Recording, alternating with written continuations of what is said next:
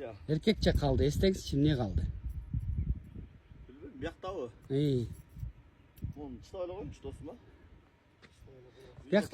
Yakta ne kaldı deyiz. Ya. Ötkür Nurbek Bayke'den kaldı ha? Ne kaldı dostum? Kaldı. İşte kalmadı o. Жақшылық kaldı Ötkür Kılgan işleri kaldı. Mehneti kaldı. Dostum hoş buldun. Allah razı olsun. Mına Nurbek Bayke'nin saparı karıdı tuğanlar. Assalamu alaikum. Ana safarı Vay kaldı. buyursa. Baylanışağız tabi. Baylanışağız. Biz o zaman. Bana ben git bana. Razak beni. Razak işte görüp eteyim dostum. Emki gelgende oşondoyla geleyçi dostum. Ağzım onunla to etekli gösteriyle salayıcı dostum. Allah razı olsun.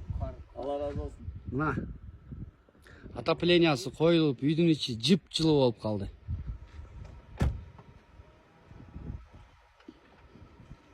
Ötkür dostum hoş buldun. Молодец досыңыз кетті Ötkür bir Kırgız eline aytın эми. Mına Xudo kalasa da. Ana atapeleniyası dağı bitti. Samiz elleri dağı bitti.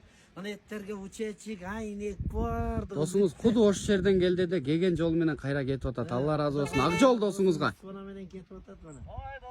Vardı. Ey sona menen ket. Allah razı olsun bana.